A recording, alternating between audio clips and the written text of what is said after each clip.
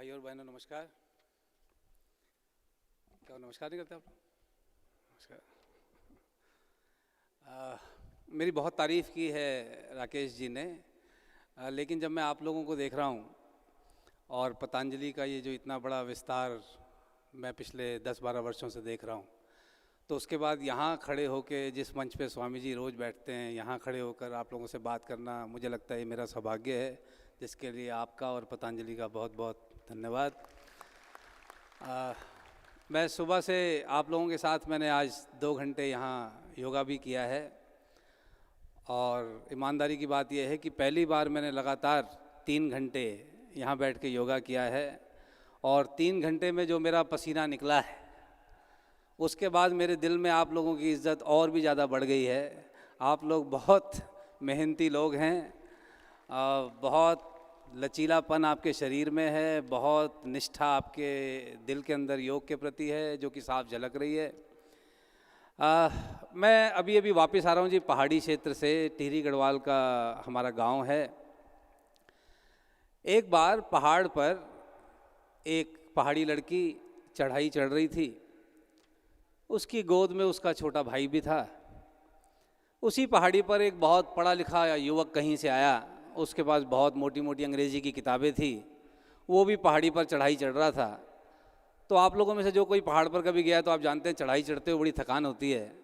तो एक जगह उन दोनों का आपस में मुलाकात जब हुई, तो उस पढ़े लिखे युवक ने जब इस पहाड़ी लड़की को देखा हाँफते हुए, तो उसने उस लड़की से कहा कि बेटी, बड़ा बोझ उठा रखा है, लगता है तू थक गई होगी, बड़ा बोझ उठा रखा है, इसको नीचे रख दे।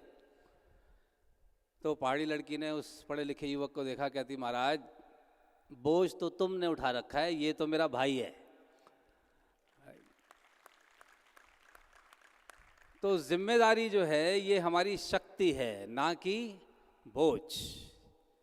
आप में से कितने लोगों ने कभी कोई बॉक्सिंग का खेल देखा है? बॉक्सिंग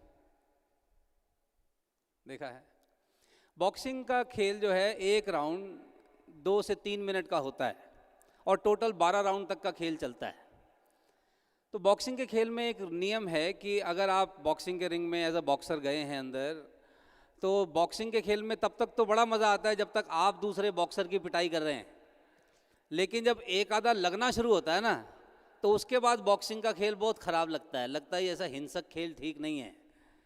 तो बॉक्सिंग के खेल में एक नियम है कि यदि आपको बहुत मार पड़ रही है, तो आपका जो कोच है या जो आपके टीम के सदस्य हैं, अगर वो टॉवल रिंग में फेंक दें, तो इसका मतलब ये है कि हमने हार मान ली जी, युद्ध विराम। तो बॉक्सिंग के खेल में कई लोग रिंग में तब तक तो उनको बड़ा मज़ा आता है जब तक वो दूसरे बॉक्सर की पिटाई कर रहे हैं, लेकिन जैसे ही कभी कभार एक आधा लगता है, तो फिर वो कोच की तरफ देखते हैं कि भाई जल्दी से तौलिया फेंक दो, नहीं तो यहाँ तो लगता है बहुत बुरी पिटाई होगी, राइट। ऐसे ही मैंने देखा है कि कुछ लोग जिम्मेदारी लेते तो हैं, हर चीज़ में ये कुछ ना कुछ करना चाहते तो हैं, लेकिन बहुत से लोग हैं जो रिंग में बने नहीं रहते, और जहाँ पहला वार लगा उसके बाद इनका मन करता है कि ये खेल बदल दो, कोई दूसरा खेल खेलना शुरू कर दो। जिम्मेदार आदमी की निशानी ये है कि वो डटा रहता है। ज़्यादातर आप लोग देखिए कि आप अगर अब इस कमरे के बाहर जाएं, किसी भी व्यक्ति से पूछें कि क्या आप स्वस्थ रहना चाहते हैं, तो जवाब क्या होगा? जवाब क्या होगा? हाँ कि ना? हाँ होगा। अगर आप किसी से पूछें कि आप खुश रहना चाहते हैं, तो जवाब क्या होगा? हाँ। क्या आप अपने देश को समृद्ध बनाना चाहते हैं, तो जवाब क्या होगा?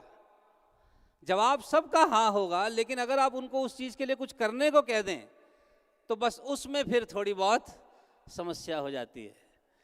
लेकिन आप उन लोगों में से हैं कि जो सिर्फ चाहते नहीं हैं, बल्कि उसके लिए कुछ ना कुछ कर भी रहे हैं।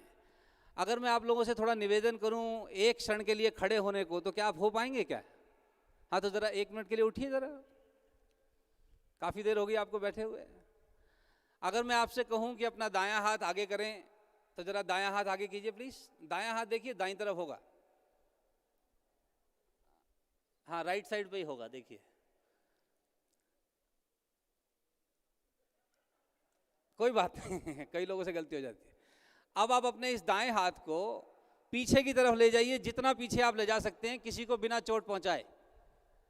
पीछे जितना पीछे ले जा सकते हैं घूमिए, जितना पीछे ले जा सकते हैं ले जाइए।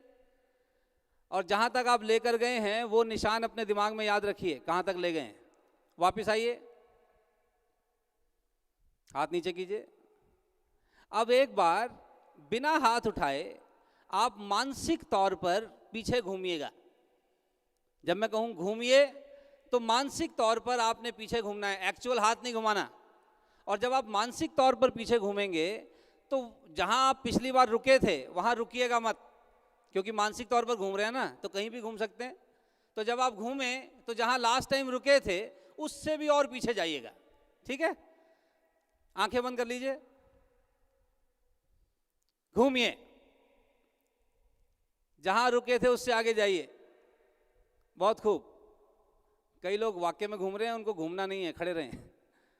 ओके, अब आंख खोलिए।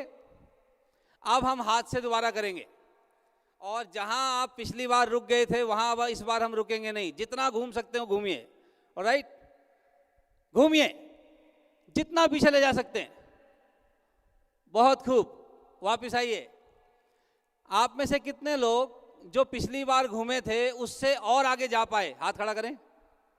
सब लोग जागे जा पाए, जबकि मैंने पिछली बार भी कहा था कि जितना जा सकते हो उतना घूमिए। अर्थात आपके अंदर अभी बहुत जान बाकी थी, पर आपको पिछली बार लगा हो चुका है। हमारा दिमाग जो है ना, ये हमको उतनी शक्ति देता है जितना हम इससे मांगते हैं। अब जैसे मैं सुबह से आप लोगों को देख रहा हूँ, आप लोग बहुत अच्छी ताली बजाते हैं, पर जैसे 2000 लोग हैं ना यहाँ, 2000 लोगों की जो ताली बजनी चाहिए वो मुझे लगता है कभी कभी कम बजते। मैं आपको एक ताली बजाना सिखाता हूँ। जरा बायां हाथ ऐसे कीजिए, बायां हाथ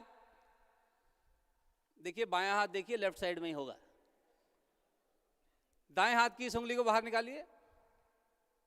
जब मैं आपसे कहूं स्टार्ट, तो अपनी इस उंगली को जोर से इस हाथ पे पटकें। पहले मेरी सुन लो, देखो। अब देखिए एक आदमी की एक उंगली की कितनी आवाज आ रही है। जब आप 2500 लोग एक साथ करेंगे फिर चमत्कार होगा। और जब मैं कहूं 2 तो 2 उंगलियों से कीजिए। जब मैं कहूं 3 तो 3 उंगलियों से कीजिए। ओके, अभी नहीं, अभी नहीं, जब मैं कहूं तब। Right, start. जोर से, जितनी जोर से कर सकते हैं, जोर से, जोर से, योग योद्धाओं की तरह जोर से। 2, बहुत खूब। 3, जोर से, जोर से। 4, फुल। 5, और जोर से, जोर से, जोर से, जोर से,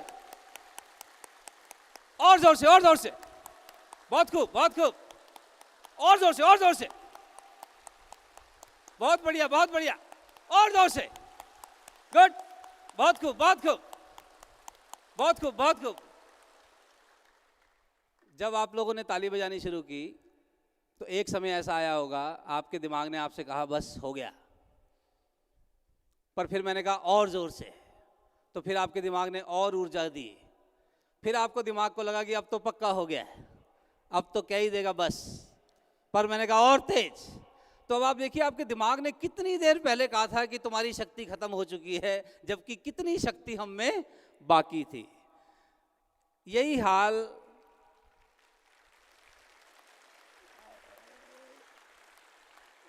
हाल हमारा अपने बारे में भी है। हम सब में अपार क्षमता है, अपार ताकत है, और आप सब लोग, हम सब लोग बड़े भाग्यशाली हैं। हमारे साथ स्वामी रामदेव जी का साथ है, जो खुद ऊर्जा के पुंज हैं। इनके जब भी मैं 2-3 साल में एक बार जब भी इनके आसपास 10 फुट के दायरे में आ जाता हूँ, अगले 3 साल के लिए चार्ज रहता हूँ।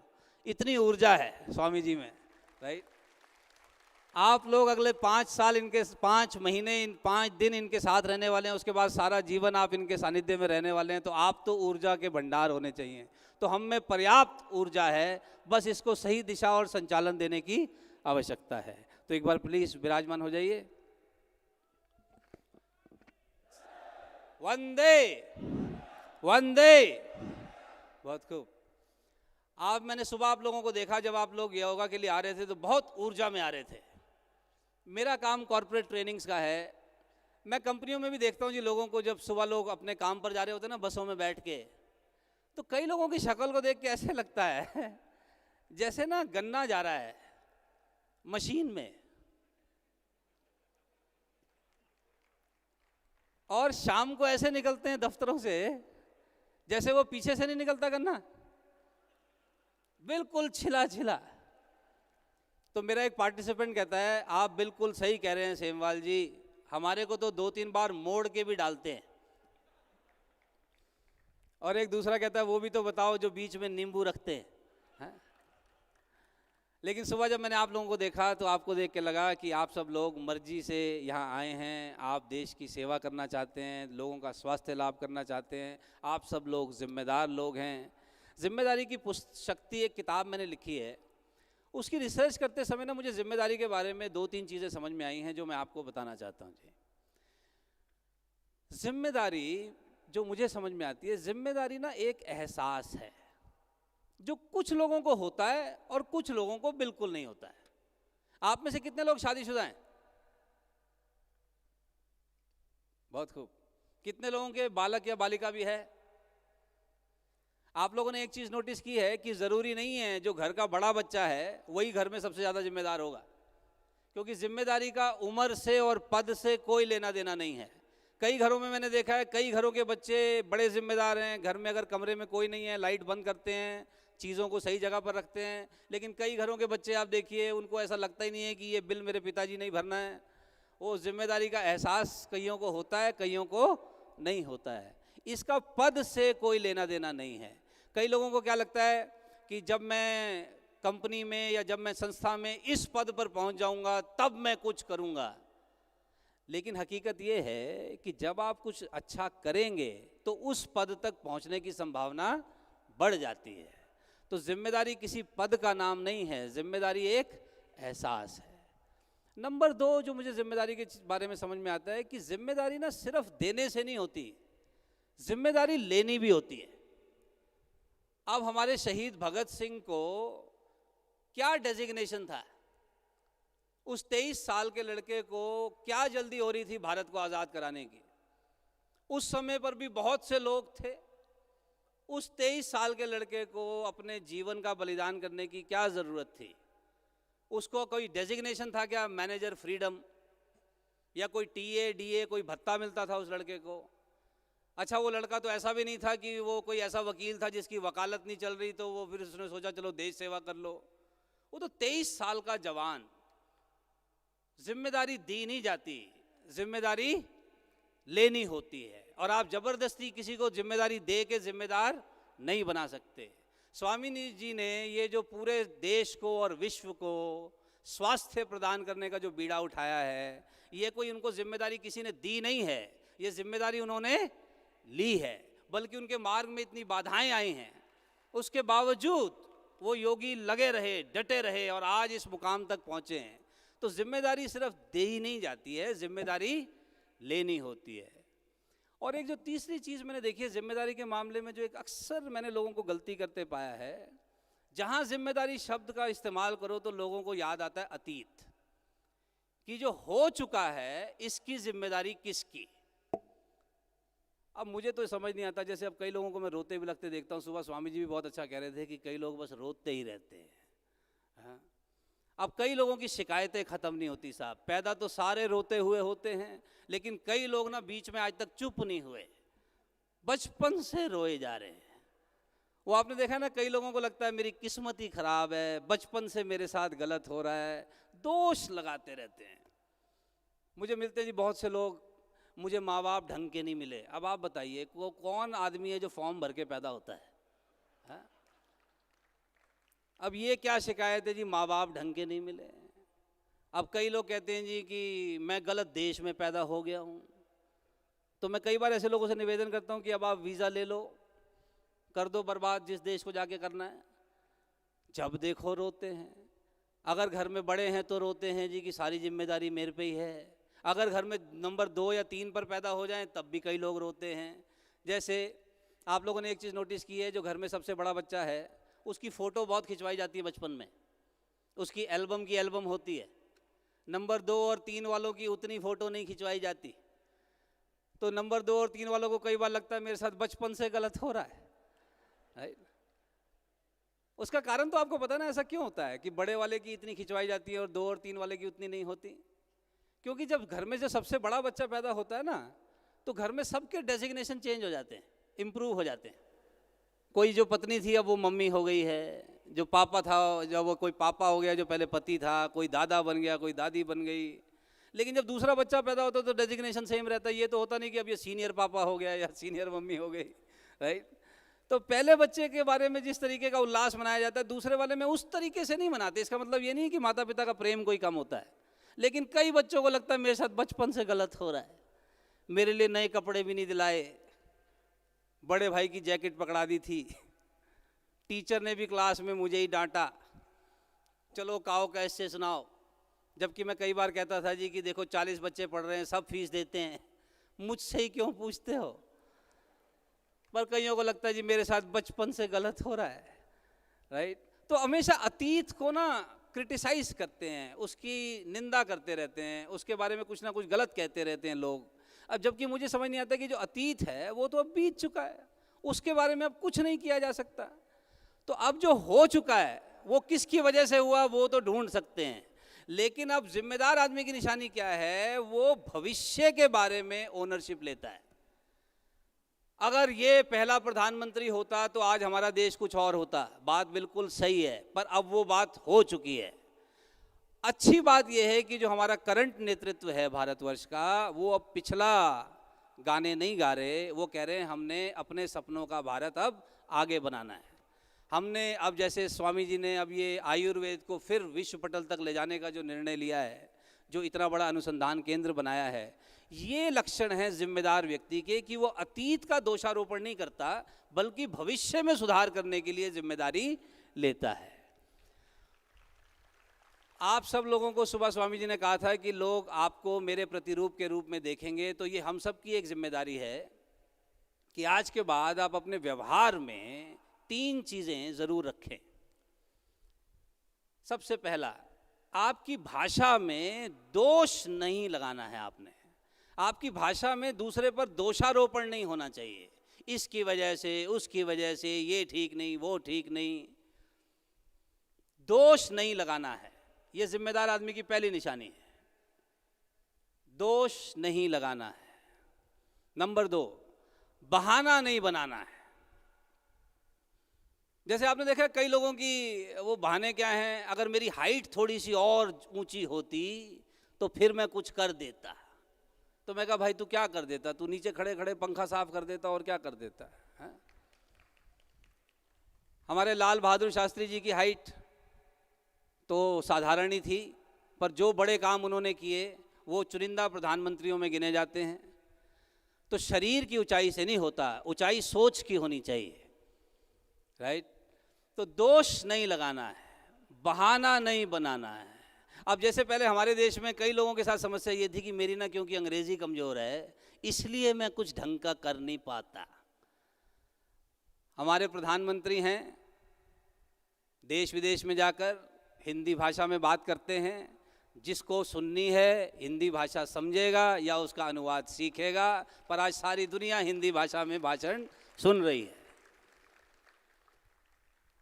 सारे अंग्रेजी बोलने वाले डॉक्टर पतंजलि योगपीठ आ रहे हैं कि नहीं आ रहे हैं? आ रहे हैं। लेकिन जिन्होंने अंग्रेजी का बहाना बना के कुछ नहीं किया ज़िंदगी में, वो आज उनको समझ नहीं आ रहा है कि बहाने बनाने से कुछ नहीं होता है, राइट? मेरा रंग थोड़ा और गोरा होता तो मैं कुछ कर देता। एक कंपनी है वो थोड़ी लेडीज़ की कॉस्मेटिक्स की आइटम्स में डील करती है, तो वहाँ एक सेल्स का आदमी मुझे मिला, वो महीने के टारगेट पूरे नहीं कर पा रहा था। तो मैंने कहा क्या बात है यार, तू टारगेट पूरे नहीं कर पाता है? कह रहा जी अगर मैं औरत होता ना फिर पक्का पूरे कर देता। अब मतलब लोगों के बहानों की हद नहीं है, कहाँ कहाँ तक के बहाने बनाते हैं। हाँ, तो आपके और मेरे व्यवहार में 3 चीज़ें ज़रूर होनी है। नंबर 1, दोष नहीं लगाना है। नंबर 2, बहाना नहीं बनाना है। और जो तीसरी चीज़, कुछ अच्छा करके दिखाना है। दोष नहीं लगाना है, बहाना नहीं बनाना है, कुछ अच्छा करके दिखाना है। तो ये जरा संकल्प आप सब लोग जरा मेरे साथ लें। जब मैं कहूं 1 तो पहली लाइन बोलेंगे हम। पहली लाइन क्या है? हाँ, लेकिन ये जरा ना दोनों हाथ ऊपर करके बोलेंगे हम, ओके। 2 पर क्या बोलेंगे और 3 पर, वेरी गुड। 1 2 3, बहुत खूब, एक बार और, 1 2 3, बहुत खूब, एक बार अपने लिए जोरदार तालियां बजाइए। स्वामी जी सुबह कह रहे थे कि हमारे आचरण में इस चीज का दर्शन होना चाहिए कि जब आप बात करें तो आपकी भाषा में दोष ना हो। किसी चीज की अगर कमी है तो हम उसका सुधार करेंगे, लेकिन बहाना ना हो, और जहां तक हो सके हम कुछ अच्छा करके दिखाएंगे। मैं एक कार्यक्रम करने गया लखनऊ, तो वहाँ जब सुबह पहुँचा 9 बजे, तो क्या देखता हूँ वहाँ 70 लोग उन्होंने देश भर से इकट्ठे किए हुए थे, थोड़े सीनियर लेवल के लोग थे। तो वो वहाँ जाके मैंने क्या देखा, 70 लोग कुर्सियों पे पड़े हुए हैं, बैठे नहीं हुए, पड़े हुए, सुबह सुबह 9 बजे। एक आधा कोई ऐसा हो ना, उसको तो मैं ठीक कर सकता हूँ, पर जब मैंने वहाँ देखा 70 के 70 ऐसे पड़े हैं, तो थोड़ा ना मेरा ही मोटिवेशन डाउन हुआ कि सेमवाल आज गलत जगह आ गया है। क्योंकि देखिए मेरा काम तो ना जैसे मोबाइल का चार्जर नहीं होता वैसा काम है, मैं चार्ज कर सकता हूँ, लेकिन चार्जर वहीं काम करेगा जहाँ बैटरी हो। जहाँ बैटरी ना हो वहाँ चार्जर क्या काम करेगा। तो वहाँ मैंने देखा बिल्कुल ही हालत डाउन है, और एक साहब ने तो हद मचाई हुई थी, बिल्कुल कुर्सी पे लंबे पड़े हुए, उनकी सिर्फ गर्दन नजर आ रही थी टेबल के ऊपर, बाकी सारा अंदर। तो उनको देख के तो थोड़ा मुझे ही अजीब लगा, मैं कहा भाई सेमवाल आज तो थोड़ा मुश्किल है। पर फिर जब मैं वहाँ गया ही था तो मैंने लोगों से कहा, मैंने कहा साहब ये मैं प्रोग्राम थोड़ी देर में शुरू करता हूँ, पहले मेरे एक सवाल का जवाब दो। और मैंने उन लोगों से एक सवाल पूछा, मैंने कहा साहब एक बात बताइए, आप क्यों जी रहे हैं? सिंपल सवाल कि आप क्यों जी रहे हैं। अगर आपसे कोई पूछे आप क्यों जी रहे हैं तो आप तो कोई ना कोई अच्छा जवाब देंगे, क्योंकि आप तो जोशीले लोग हैं। लेकिन वो जब मैंने वहां पूछा आप क्यों जी रहे हैं, टोटल सन्नाटा। जब कहीं से कोई जवाब नहीं आया तो मैं उनके पास पहुंचा जो बिल्कुल ही अंतर्धान होने वाले थे। मैंने कहा साहब ये 70 लोगों से तो मैं बाद में बात करूंगा, पहले आप बताओ आप क्यों जी रहे हो। तो जब मैं उनके पास गया तो उनको बड़ा अजीब लगा कि यार ये 70 लोग छोड़ के मेरे पास ही क्यों आया है, मैं कोई अकेला जी रहा हूं क्या। अब उनको क्या पता मैं क्यों आया हूं। मैं कहा जी बताइए आप क्यों जी रहे हैं।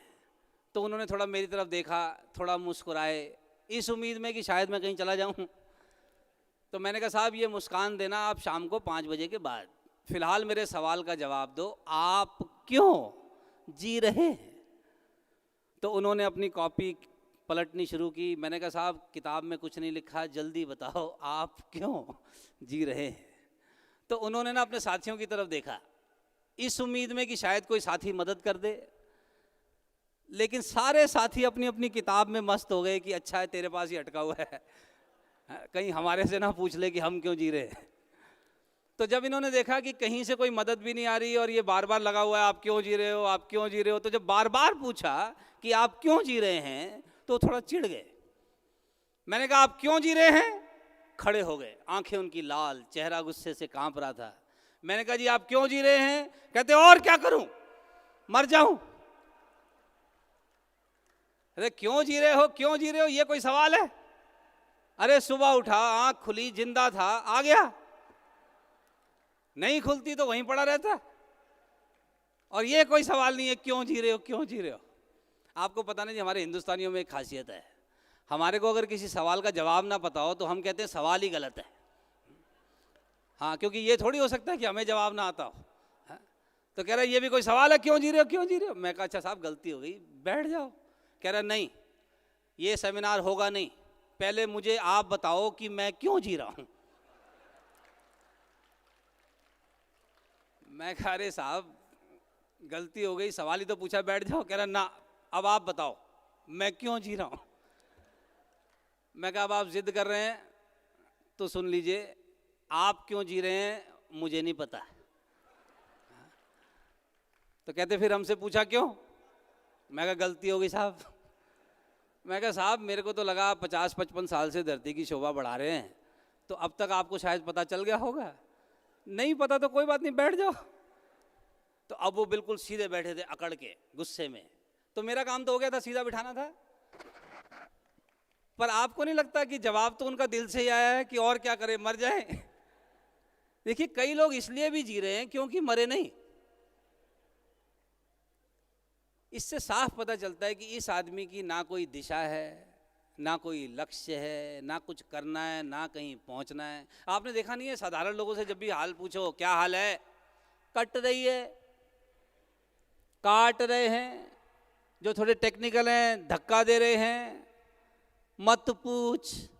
मत पूछ मतलब डिटेल में पूछ। हाँ, हम सब लोग क्यों जी रहे हैं? क्योंकि हम सब लोगों के ऊपर कुछ जिम्मेदारियां हैं, हाँ कि ना? हम सब लोगों के ऊपर कुछ जिम्मेदारियां हैं, और इन्हीं जिम्मेदारी की शक्ति, ना कि बोझ, हमें जीने के लिए प्रेरित करती है, ना कि मजबूर। हम सब अपनी जिम्मेदारियों को पूरा करने के लिए जी रहे हैं, क्योंकि हम कोई साधारण जानवरों की तरह थोड़ी हैं कि इनसे पूछो भाई तुम क्यों आए, कहते लाए गए। जाते क्यों नहीं हो, कह रहे बुलाता नहीं है।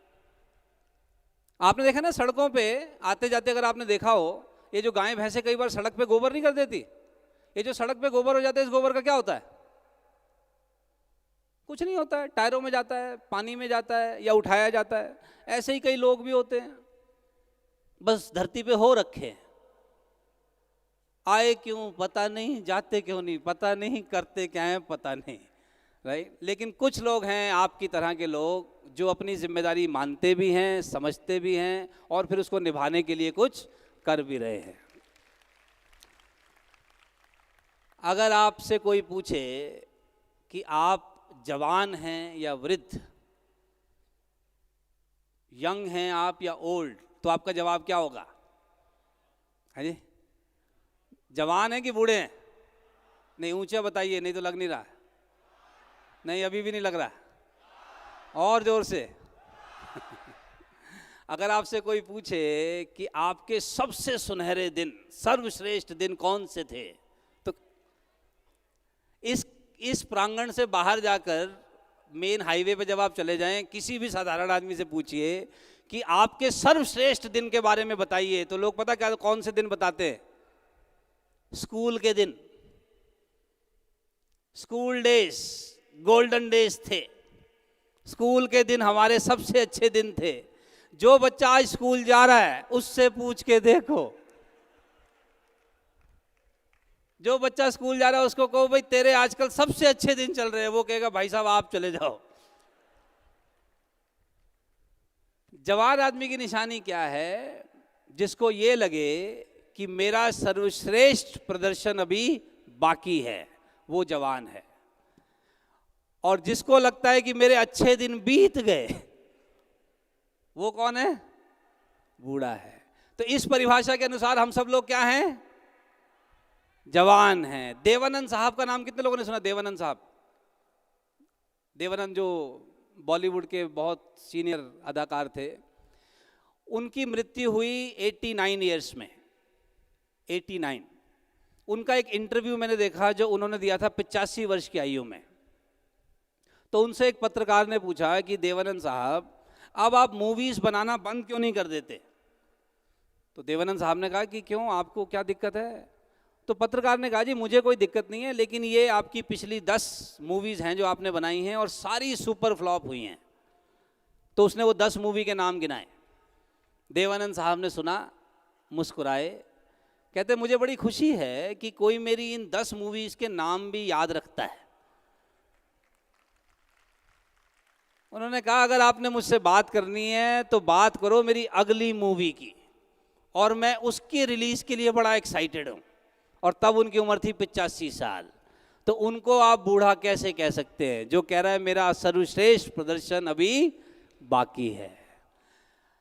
और जिन लोगों को लगता है जी दिन तो वो थे, आने वाले खराब हैं, ये कौन सी निशानी है? बुढ़ापे की निशानी है। हमारे देश के और अच्छे दिन आने वाले हैं कि नहीं आने वाले? आने वाले हैं। हमारे जो प्रधानमंत्री हैं उनका क्या था स्लोगन? अच्छे दिन आने वाले हैं। तो ये एक लीडर की पहचान है कि वो आगे के बारे में हमेशा सकारात्मक सोचता है, उसके लिए कोई प्लान बनाता है और उस पर दिन रात काम करता है, दोष नहीं लगाता है, बहाना नहीं बनाता है, कुछ अच्छा करके दिखाता है। तो एक बार फिर हम संकल्प लेंगे, वही जो अभी पहले लिया था। एक पर क्या बोलना है आपने? Very good. 1 2 3, बहुत खूब। और आप सब लोगों ने एक चीज़ का ध्यान रखना है, सुबह आपसे कहा था कि अपने व्यवहार में शुद्धता रखनी है, आपने डिसिप्लिन का पालन करना है और ध्यान ये रखना है कि इसको निरंतर बनाए रखना है, क्योंकि अब लोग आपको देखकर पतंजलि के बारे में धारणा बनाएंगे। आप ब्रांड एम्बेसडर हैं अब पतंजलि के। आप जिस तरह से बाहर विचरण करेंगे, आपकी भाषा जैसी होगी, आपकी सेहत जैसी होगी, आपका रवैया जैसा होगा, लोग उससे अंदाज़ा लगाएंगे कि ओके पतंजलि ऐसी है। आप अपने आप को जब अब रखें तो इस हिसाब से रखें जैसे एक ब्रांड एम्बेसडर अपने आप को रखता है। रख पाएंगे? तो इसके लिए आपको थोड़ा अपना शब्दों पर भी ध्यान रखना बहुत ज़रूरी है। ये जो ये ज़बान है ना साहब, हमारे 32 दांतों के बीच में, ये बड़ी उपयोगी वस्तु है अगर इसका सदुपयोग किया जाए तो। फूलों की माला इसी ज़बान के कारण पड़ती है और कभी कभी माला का मटेरियल चेंज भी हो सकता है। देखिए जीभ बड़ी इंटरेस्टिंग चीज़ है, हाँ? शरीर का इतना सा हिस्सा है ये, लेकिन इतने बड़े शरीर का नुकसान कर सकती है 2 तरीके से, एक तो स्वाद से और एक बोलचाल के तरीके से। मेरा आप सब लोगों से निवेदन है कि चाहे आप आपस में बात करें या बाहर किसी से बात करें, अपने शब्दों का चयन और इस्तेमाल बड़े जिम्मेदारी पूर्वक करें, क्योंकि आपके शब्दों से लोग आपके बारे में अंदाज़ा लगाते हैं। अच्छा आप लोग मुझे एक चीज़ बताइए, आप लोग सबसे ज़्यादा बातचीत किसके साथ करते हैं? हाँ, फ्रेंड्स के साथ? नहीं, और कोई? पेरेंट्स? हाँ, अपनी पत्नी के साथ? कैसी बात कर रहे हो? अच्छा ओके। अपने आप से किसने बोला है? हाथ खड़ा करें, जरा जोरदार ताली बजाइए साहब के लिए। हम सब लोग सबसे ज्यादा बातचीत करते हैं अपने साथ। तो जब आप अपने साथ भी बातचीत करें तो सकारात्मक बातचीत करनी बहुत जरूरी है। वो जो सुबह बताया था ना, मैं लुट गया, पिट गया, मर गया, मुझे कोई पसंद नहीं करता, क्या मेहनती की तो कदर नहीं है, ईमानदारी को तो कोई पूछता नहीं है, लगी पड़ी है, कट रही है। अगर ऐसी भाषा बार बार बोलेंगे तो देखिए एक चीज़ का ध्यान रखें, वो जो ऊपर परमेश्वर है वो सारी भाषा, कितनी तरह की भाषा में लोग बोलते हैं, वो भाव समझता है। और जिस भाव से आप बार बार करते हैं, वो शास्त्रों में भी लिखा है ना, यथा भावम तथा भवतु। जैसा आपका भाव होता है आपके जीवन में भी फिर वैसा ही बार बार होना शुरू हो जाता है। उस परमात्मा के पास देने के लिए सब बढ़िया बढ़िया है, लेकिन कईयों का भाव जब अच्छा नहीं होता तो उसमें फिर परमात्मा का कसूर नहीं है। परमात्मा का बड़ा सिंपल रूल है साहब, आप जो भी भाव करते हैं परमात्मा का रिस्पांस क्या है? तथास्तु, ऐसा ही हो। अब जो कह रहा है कट रही है, तथास्तु, तेरी कटती रहेगी। बचपन से गलत हो रहा है, तथास्तु। आपने, आप में से किसी ने कभी किसी महंगी गाड़ी पर काला जूता लटका देखा है? कभी मर्सिडीज पे, ऑडी पे, ये सब लटका होगा रिक्शे पे, ऑटो पे, टेम्पो पे। कभी किसी महंगी मर्सिडीज, ऑडी, इन पर आप काला जूता, अच्छा इनके बम्पर पे कभी नहीं लिखा होता गाड़ियों के, बुरी नजर वाले तेरा मुंह काला। ये सब वो रिक्शे पे, ऑटो पे, टेम्पो पे लिखा होगा, और आप देखना इसीलिए उनका ही तथास्तु हो रखा होता है। आप में से किसी का कभी मन किया रिक्शा देख के कि काश ये रिक्शा मेरा होता? कभी नहीं किया ना। पर वो मर्सिडीज निकलती है तो मन करता है काश मेरी भी एक दिन ऐसी होती, राइट? पर उसने कोई जूता नहीं लटका रखा, कोई बुरी नजर वाले तेरा मुंह काला नहीं, तो उस पर तथास्तु हो रखा है। और जिनके जूते लटके हैं उनका तथास्तु हो रखा है। वो आपने देखा है यहाँ बच्चों को काले रंग का टीका लगाते हैं, एक चीज आपने नोटिस की है, बच्चे का खुद का रंग कुछ भी हो, टीका काला ही लगता है। कईयों को मैंने समझाया कि भाई इसको तो आटे का लगाओ, थोड़ा कंट्रास्ट नजर तो आए। पर जिस तरह का भाव लोगों का होता है कि नजर लग रही है, ये हो रहा है, वो हो रहा है, फिर उनका वैसा ही परमात्मा का होता है जी, तथास्तु यथा भावम तथा भवतु। तो आज से आप 3 चीजें और करें। सबसे पहला काम जो आप लोग ऑलरेडी करते होंगे, पर जब मैं यहाँ आया हूँ तो दोबारा से याद दिला दूँ आपको। सबसे पहला काम जो आप करें, अच्छा सोचें, क्योंकि यथा भावम तथा भवतु। अच्छा सोचें, बड़ा सोचें। ऊपर वाले के पास तो देने के लिए समुद्र है, बस आप और मैं ही कभी कभी चम्मच लेके चले जाते हैं, तो उसको भी शर्म आती होगी, कम से कम मेरी इज्जत का तो ध्यान रखना चाहिए था। हाँ, अच्छा सोचें, बड़ा सोचें, सकारात्मक सोचें, सृजनात्मक सोचें, रचनात्मक सोचें। और अच्छा सोचने के मामले में मैं तो कह रहा हूँ साहब, हम सब हिंदुस्तानी लोग हैं, प्रेरणा लीजिए गणेश भगवान से अच्छा सोचने की। आप लोगों को मालूम है साहब, गणेश जी के एक भाई साहब भी हैं, भगवान गणेश के भाई साहब कार्तिक। भगवान गणेश जी की सवारी क्या है? चूहा। और कार्तिकेय की सवारी क्या है? इन दोनों के माता पिता का नाम क्या है? शंकर पार्वती। आप सबको अगर ज्ञान हो, एक बार शंकर जी ने इन दोनों भाइयों को कहा था कि जाओ ब्रह्मांड का चक्कर लगा कर आओ, जो ब्रह्मांड का चक्कर पहले लगा कर आएगा वो विजेता होगा, और उसको कुछ पुरस्कार भी था। अगर हम होते गणेश जी की जगह और हमारे सामने ऐसा विचार रखा जाता, तो हम क्या सोचते कि ये जो पिताजी हैं ये बचपन से पीछे पड़े हुए हैं। जब छोटा था तो गर्दन काटी, कसूर नहीं था मेरा फिर भी काटी, काट दी थी कोई बात नहीं, जोड़ देनी चाहिए थी, जोड़ी नहीं, हाथी की लगाई, गर्दन हाथी की लगाई, सवारी चूहा दी। बचपन से गलत कर रहे मेरे साथ। अब मेरे को देखो, मैं थोड़ा बलिष्ठ हूं, सवारी चूहा दे रखी है, मैचिंग की सवारी नहीं दी, और अब कह रहे हो रेस लगाओ। बचपन से गलत हो रहा है। हम होते तो ऐसा सोचते, इसीलिए हमारी पूजा नहीं होती, गणेश जी की होती है। गणेश जी ने अच्छा सोचा, सकारात्मक सोचा, पिताजी के प्रति अटूट श्रद्धा थी। पिताजी ने कहा जो ब्रह्मांड का चक्कर लगा के आएगा वो विजेता होगा, बुद्धि लगाई, अच्छा सोचा, माता पिता के आसपास चक्कर लगाया कि असली ब्रह्मांड तो माता पिता के चरणों में है। राइट। और नतीजा हम सब जानते हैं कि सभी देवी देवताओं में सबसे पहले पूजा गणेश जी की होती है। तो सोचने की प्रेरणा लीजिए गणेश जी से, अच्छा सोचिए। लेकिन कई बार होगा आप कुछ सोचेंगे, कई बार आपकी चीज़ें समझ में शायद नहीं आती, कोई बात नहीं, तो फिर दूसरा काम करना है, पूछिए। पूछने में शर्माने की जरूरत नहीं है। अगर कोई ऐसा व्यक्ति है जिसको लगता है कि मुझे सब पता है और मुझे किसी से पूछने की जरूरत नहीं है, उस आदमी से सावधान रहें, क्योंकि वो झूठ बोल रहा है। हम सबको कभी ना कभी किसी ना किसी चीज के लिए मदद की जरूरत होती है। तो अगर कुछ नहीं समझ में आता तो पूछिए, लेकिन पूछते समय ध्यान रखना है, सही व्यक्ति से पूछिए, सही तरीके से पूछिए, सही समय पर पूछिए। पूछने के मामले में मैं प्रेरणा लेता हूं साहब अर्जुन से। अर्जुन तो पता ना, महाभारत वाला अर्जुन। अर्जुन भी द्वंद्व में आया। अर्जुन ने सारी जीवन तैयारी की थी महाभारत के युद्ध की। महाभारत का युद्ध अर्जुन के जीवन का सबसे बड़ा युद्ध था।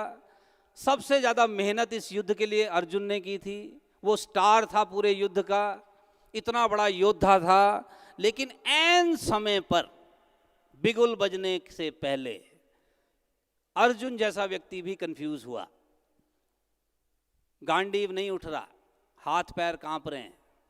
आप सोच के देखिए, अगर आपके और मेरे जैसा कोई साधारण व्यक्ति होता, मानता नहीं, दिखावा करता कि नहीं नहीं मेरे को डर थोड़ी लगता है, ऐसा थोड़ी हो सकता है मैं कंफ्यूज हो जाऊं, तो थोड़ी एक्टिंग कर लेता, या कृष्ण जी से रिक्वेस्ट कर लेता कि सर आज थोड़ी तबीयत ठीक नहीं लग रही, तो मुझे बड़े बड़े योद्धाओं के पास मत ले जाना, आज मैं छोटे छोटे सैनिक मार लेता हूं। लेकिन अर्जुन ने बहादुरी दिखाई। अर्जुन योद्धा अच्छा था, वो तो बहुत अच्छी बात है, लेकिन मैं अर्जुन की इज्जत इसलिए करता हूँ उसने बहादुरी दिखाई और स्वीकार किया कि मैं अभी कमज़ोर महसूस कर रहा हूँ। लेकिन समझदारी क्या की, अपने सवाल पूछे सही व्यक्ति से। आप सबको भी चाहिए अपने लिए एक एक कृष्ण जरूर ढूंढिए।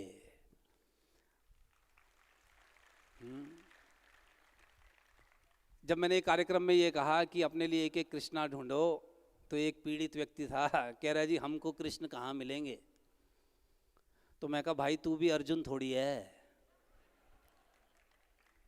भाई, जिस लेवल के अर्जुन हो है, उसी लेवल का कृष्णा ढूंढना है, डायरेक्ट कृष्णा की वेट नहीं करनी।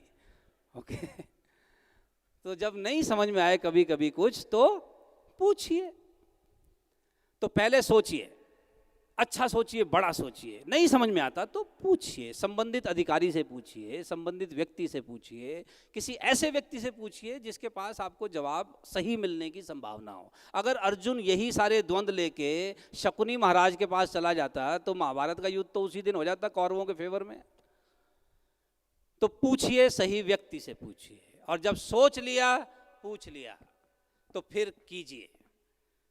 तीसरा काम क्या है जी, कीजिए। क्योंकि जैसा कि स्वामी जी हर बार कहते हैं, होता करने से है, बिना कुछ किए कुछ नहीं होता। देखिए साइंस का रूल भी कहता है, अंग्रेजी में कहते हैं कि nothing happens until something moves. कुछ नहीं होता जब तक कहीं पर गति नहीं होगी।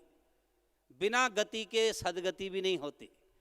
गति तो बहुत जरूरी है, होगा तो करने से। और जब करें तो प्रेरणा लीजिए हनुमान जी से। हनुमान जी ने सारा जीवन काम किया है बिना बहाना बनाए। आप सोच के देखिए, रातों रात संजीवनी लानी थी, कोई साधारण सा होता तो कहता जी ऐसा करो, ये अंगद को बोलो, जवान आदमी ये ले आएगा अभी, और नाइट ड्यूटी में तो वैसे भी मेरा काम है नहीं, और ये मेरी फील्ड का काम भी नहीं है। हमारे जैसा कोई होता तो इसी तरह के बहाने बनाता, इसीलिए हमारी पूजा नहीं होती, बजरंग बली की होती है। उन्होंने रातों रात गए भी, रास्ते में दिक्कत भी आई, फिर भी अपना काम पूरा करके आए। तो ये तीनों काम मैंने क्या बताया जी, क्या क्या करना है। सबसे पहला क्या है, सोचिए, अच्छा सोचिए, नहीं समझ में आता तो पूछिए, और तीसरा कीजिए। इसके अलावा जो अंत में मैं आपको एक चीज़ और कहना चाहता हूँ, आप लोगों ने देखा पीछे घोटाले में बड़ा नाम आया, 3G घोटाला, 3G घोटाला, 2G घोटाला, सुना आप लोगों ने। तो घोटाला तो थोड़ी देर के लिए भूल जाइए, क्योंकि अब घोटाले वाली सरकार तो गई, अब अच्छी सरकार आ रखी है। तो अब आप इस 3G की जगह एक नया 3G यहाँ से नोट करके लेके जाइए। ये 3G का पालन करिए, जीवन में आनंद आएगा आपको। पहला जी, इस बार अंग्रेजी का है, मैं हिंदी में अनुवाद कर दूंगा आपका। पहला जी का मेरा मतलब जो है वो है ग्रो। ग्रो यानी प्रगति। देखिए, अगर जीवन में जिम्मेदार आदमी की निशानी क्या है कि वो प्रगति करेगा, वो प्रगतिशील होगा। स्वयं की प्रगति, आपके ज्ञान की प्रगति हो, आपके कौशल की प्रगति हो, आपके सेहत में प्रगति हो, आपके संबंधों में प्रगति हो, आपके संस्था में, आपके काम में प्रगति हो। तो प्रगति, सबसे पहला व्यक्ति होना चाहिए प्रगतिशील। देखिए, हर टैलेंटेड आदमी की, हर ईमानदार आदमी की जिम्मेदारी है कि वो कामयाब हो। क्योंकि अगर ईमानदार लोग कामयाब नहीं होंगे तो फिर लोग इनका उदाहरण देते हैं कि देख फायदा क्या है। हर ईमानदार आदमी की जिम्मेदारी है कि वो कामयाब हो। इसीलिए मैं सबसे ज़्यादा इज्जत करता हूँ स्वामी रामदेव जी की, कि ना सिर्फ वो एक अच्छे व्यक्ति हैं, एक अच्छे योगी हैं, बल्कि एक कामयाब व्यक्ति भी है। हम सबकी भी ये जिम्मेदारी है कि हम प्रगतिशील हों, निरंतर प्रगति करें अपने काम में, संस्था की प्रगति हो, प्रोडक्ट्स की प्रगति हो, देश की प्रगति हो। तो सबसे पहला जी है ग्रो। जिस आदमी की, देखिए अगर हम प्रकृति से सीखें, प्रकृति में दो ही चीज़ें हो रही हैं, या तो किसी चीज़ की प्रगति हो रही है या उसकी मृत्यु हो रही है। जिसकी प्रगति बंद उसकी मृत्यु शुरू। तो पहला काम है हमारा योग साधकों का कि प्रगति जरूर होनी चाहिए, प्रगतिशील सोच होनी चाहिए। दूसरा जी, गिविंग। गिविंग, हमारे अंदर, हम जिम्मेदार लोग हैं तो हमारी भावना होनी चाहिए कि हमें ज़्यादा से ज़्यादा दूसरे को कुछ देना है। देने की सोच होनी चाहिए। और आप सब लोग जानते हैं जी, मुझसे ज़्यादा आप लोग जानते हैं कि आनंद तो देने में ही है। लेने में थोड़ी देर की खुशी है, लेकिन लंबे समय का जो आनंद है वो देने में है। और आप सब जानते हैं कि जो देता है संबंध उसी की वजह से चलता है, जो ज़्यादा देता है संबंध उसी की वजह से चलता है। तो जो सोच होनी चाहिए कि मुझे समाज को कुछ देना है, उस परमात्मा ने हमें मानव का शरीर दिया है तो हमें वापस कुछ समाज में ज़रूर देना है। और तीसरा जो जी है, जो कि बहुत महत्वपूर्ण है, वो थोड़ा भारी शब्द है अंग्रेजी का, ग्रैटिट्यूड। ग्रैटिट्यूड का मतलब होता है आभार, आभार की मनोवृत्ति। शुक्रगुजार महसूस करें, एहसानमंद महसूस करें। क्योंकि देखिए, एक जो गलती कई बार हो जाती है, एक व्यक्ति जब प्रगतिशील हो जाता है और जब वो देना भी बहुत शुरू कर देता है, तो कभी कभी एक खतरा है कि उसमें अहंकार भी आ सकता है। क्योंकि अब एक तो वो प्रगति कर रहा है, ऊपर से दे भी रहा है। तो तीसरी चीज जो बहुत जरूरी है वो है आभार की मनोवृत्ति। शुक्रगुजार महसूस करें। अगर आप और मैं कुछ अच्छा कर पा रहे हैं तो इसमें उस परमात्मा की कृपा है, माता पिता का आशीर्वाद है, हमारे पूर्वजों का योगदान है, जो आज हम इस स्थिति में हैं कि किसी और के लिए कुछ कर पा रहे हैं। लेकिन आप देखेंगे कई लोग जिन्होंने दुखी रहने की जिनको आदत हो गई है, उनकी हमेशा शिकायत है, ऊपर वाले से भी शिकायत करते हैं। सुबह स्वामी जी ने भी कहा था कि तूने मुझे दिया ही क्या है। वो तो परमात्मा है जो ऐसी बकवास भी सुन लेता और कुछ सोचता नहीं है, कुछ करता नहीं है। वरना परमात्मा कह सकता है कि जिस जीभ से तू ये शिकायत कर रहा है, ये भी मैं नहीं दी थी। जिसका प्रयोग शिकायत करने के लिए कर रहा है, यही नहीं कि कोई ढंग का बोल ले तो तेरी प्रगति हो जाती, राइट। कई लोगों को माँ बाप से भी शिकायत रहती है ना जी, मेरे माँ बाप ने मुझे ढंग का दिशा नहीं दी, ढंग के स्कूल नहीं भेजा। देखिए, मैं भी अब पिता बन गया हूँ जी, 2 बच्चे मेरे। अब मुझे धीरे धीरे समझ में आ रहा है कि देखिए, कोई माता पिता अपने बच्चों के लिए गलत नहीं करता। अपनी समझ और क्षमता अनुसार सब माता पिता अपने बच्चों के लिए कुछ ना कुछ ठीक ही करते हैं, राइट। तो माता पिता के प्रति भी आभार होना चाहिए कि आपका बहुत बहुत धन्यवाद। और खासकर मेरी सब पुरुषों से निवेदन है, स्पेशल आभार कीजिए अपनी माता जी का। क्योंकि हमारे हिंदुस्तान में एक जो चीज़ मैं देख रहा हूँ कि हमारे यहाँ माता जी को जो है ना, लोग कॉम्बो पैकेज में खुश रखते हैं। कॉम्बो पैकेज मतलब पिताजी को खुश रखो, माताजी ऑटोमेटिक खुश हैं। मेरा आप सब लोगों से निवेदन है कि अपनी माताजी के लिए कुछ ना कुछ स्पेशल ज़रूर करें, क्योंकि वो कभी आपसे कोई फरमाइश नहीं करेंगी, कभी आपसे कोई शिकायत नहीं करेंगी। आज मेरी उम्र 44 साल हो गई है, लेकिन आज भी मेरी माताजी जब फ़ोन करती हैं तो एक ही सवाल पूछती हैं, खाना खा लिया है? खाना खा लिया है? क्योंकि वो फरमाइश नहीं करती, क्योंकि वो कोई शिकायत नहीं करती, तो उनका ना नंबर आता ही नहीं है। अपनी माताजी का आभार बहुत ज़्यादा मानिए, उनको प्रसन्न रखना हमारी जिम्मेदारी है। अपनी जो लोग शादीशुदा हैं, अपनी पत्नी का धन्यवाद माने। करवा चौथ रखते हैं क्या आप लोगों के यहाँ पे? करवा चौथ, हाँ, आप तो ज़्यादा धन्यवाद मानिए। क्योंकि भूखा सारा दिन खुद रहती हैं, शाम को चरण हमारे छूती हैं, और आशीर्वाद भी हिंदुस्तानी पति क्या देता है? सदा सुहागन रहो। उसमें भी अपना ही फायदा है, राइट। पत्नियों को भी चाहिए कि पति का आभार माने, पति को भी चाहिए कि पत्नी का आभार माने। मैं तो यहाँ तक कहता हूँ जी, हमारे बच्चों का भी आभार है कि हमें माता पिता होने का गौरव दिया है। यस और नो? हाँ, अगर बच्चों को आज़ादी होती अपने पेरेंट्स चुनने की, हम में से कितनों का सिलेक्शन होता? तो आभार मानो इन बालकों का कि हमें माता पिता होने का गौरव दे रखा है। जरा आप सब लोग जरा ये दाएं हाथ का अंगूठा हिलाइए, जरा ये हिल रहा है क्या? हिल रहा है? अगर ये ना हिले, एक कंपनी में मैं जब जयपुर सेमिनार करने गया तो उनके जो वीपी साहब हैं वो हर बार पहले बोलते हैं, उसके बाद फिर मेरा बोलना शुरू होता था। तो इस बार जब मैं गया तो वो आए नहीं। तो मैंने पूछा कि कहाँ गए वीपी साहब? तो उन्होंने बताया कि उनका ये जो दाएं हाथ का अंगूठा है ये लटक गया है, इसमें हलचल बंद हो गई है, तो जिसके कारण उनकी यहाँ पर सर्जरी हुई है, और उस सर्जरी पे खर्चा आया 2.5 लाख ताकि ये दोबारा हिले। हम सबका हिल रहा है, जरा दोबारा देखो। 2.5 तो ये बचा हुआ है, यस सर नो? तो जिसको आभार की मनोवृत्ति होगी वो परमात्मा का धन्यवाद करने के 1000 कारण ढूंढ सकता है। लेकिन जो नाशुक्रे हैं, जिन्होंने कभी एहसान नहीं मानना, आभार मानते नहीं है किसी का, ये हर चीज में कोई ना कोई शिकायत ढूंढ लेते हैं। माँ बाप से भी बोल देते लोग, तुमने हमारे लिए किया ही क्या है, जब पैदा तुमने किया था तो पालता क्या कोई और। तो ये तो दुखी रहने के तरीके हैं। तो 3G, पहला जी ग्रो, दूसरा गिव, तीसरा आभार मानने की मनोवृत्ति। और अंत में मैं आपसे एक ही चीज कहना चाहूंगा, देखिए जब भी किसी अच्छे काम में कोई व्यक्ति लगता है ना, तो अड़चन तो जरूर आती है, स्वामी जी उसके प्रमाण हैं, अड़चन तो आती है। लेकिन जो अड़चन के बावजूद लगा रहे, टिका रहे, डटा रहे, अंत में कामयाबी उसको जरूर मिलती है।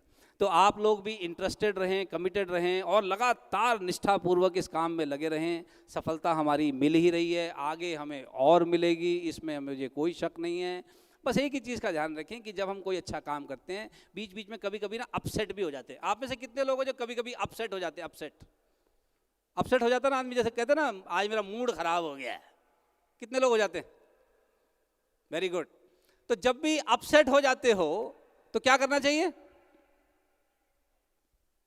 जब भी अपसेट हो जाओ अपने आप को रीसेट करो। ऐसे करो, दोबारा करो, दोबारा मुंह से बोलो रीसेट। जब भी अपसेट हो तो क्या करेंगे? रीसेट। लेकिन लोग गलती पता क्या करते हैं, जब खुद अपसेट होते हैं, जो अच्छा खासा कोई दूसरा सेट है उसको जाके अपसेट कर देते हैं। नहीं, अब ये ऐसा ही है, अगर मेरे बाल खराब हो जाएं तो मैं जाके किसी और के बाल थोड़ी खराब करूंगा, अपने ठीक करूंगा। लेकिन आपने देखा ना, कई बार लोग कहते हैं यार छोड़ यार मेरा मूड खराब है। तो मैं इन लोगों से कहता हूं, जब आपको पता है मूड खराब है तो इसको ठीक कर लो, दूसरे का क्यों खराब करना है? लेकिन लोग गलती ये करते हैं, जब खुद अपसेट होते हैं तो जाके जो अच्छा खासा सेट है उसको भी अपसेट करते हैं। जबकि हमने करना है क्या है, जब कभी अपसेट हो तो क्या करना है? वैसे तो आप लोग अपसेट होंगे नहीं क्योंकि निरंतर योगा करते हैं आप, लेकिन फिर भी अगर कभी कभार हो जाए तो इमीडिएटली अपने आप को क्या करना है? रीसेट। दोबारा करिए, रीसेट। अपने आप को याद दिलाना है कि भाई अपसेट हो गया तो क्या करना है। और ध्यान ये रखना है, अगर कोई और आके आपको अपसेट कर रहा है जो कि अपसेट हो रखा है, तो उससे थोड़ी मानसिक दूरी बनानी कि भाई यहाँ नहीं, यहाँ सेट है सब कुछ। ओके, तो जब भी अपसेट हो जाए तो क्या करें? अपने आप को रीसेट। दोबारा करिए। कई लोग मुझसे पूछते हैं कितनी बार रीसेट करें जी, बार बार कोई अपसेट करता है। तो बड़ी सिंपल सी बात है, अगर 10 बारी अपसेट होते हैं तो 11 बारी रीसेट करो, गिनना बंद कर दो। तो जब भी अपसेट होंगे तो क्या करेंगे? लेकिन दोष नहीं लगाएंगे, बहाना नहीं बनाएंगे, कुछ अच्छा करके दिखाएंगे। तो एक संकल्प दोबारा लेंगे जी। एक, थोड़ा ऊंची आवाज में, दोनों हाथ ऊपर करके, एक, दो, तीन। तो इन्हीं शब्दों के साथ आप सबका इस शांतिपूर्वक मुझे सुनने के लिए बहुत बहुत धन्यवाद, शुक्रिया। भारत माता की वंदे वंदे वंदे। विराजमान हो जाइए, बैठ जाइए।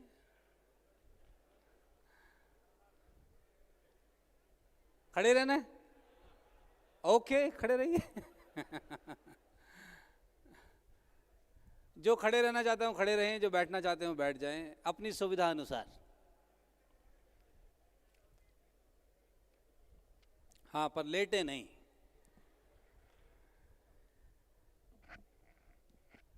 ओके। पर खड़े रहने में एक ही समस्या आपको आएगी कि आप लिखेंगे कैसे।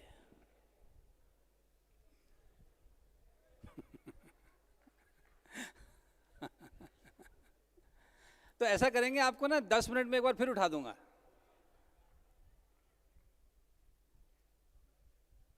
ओके।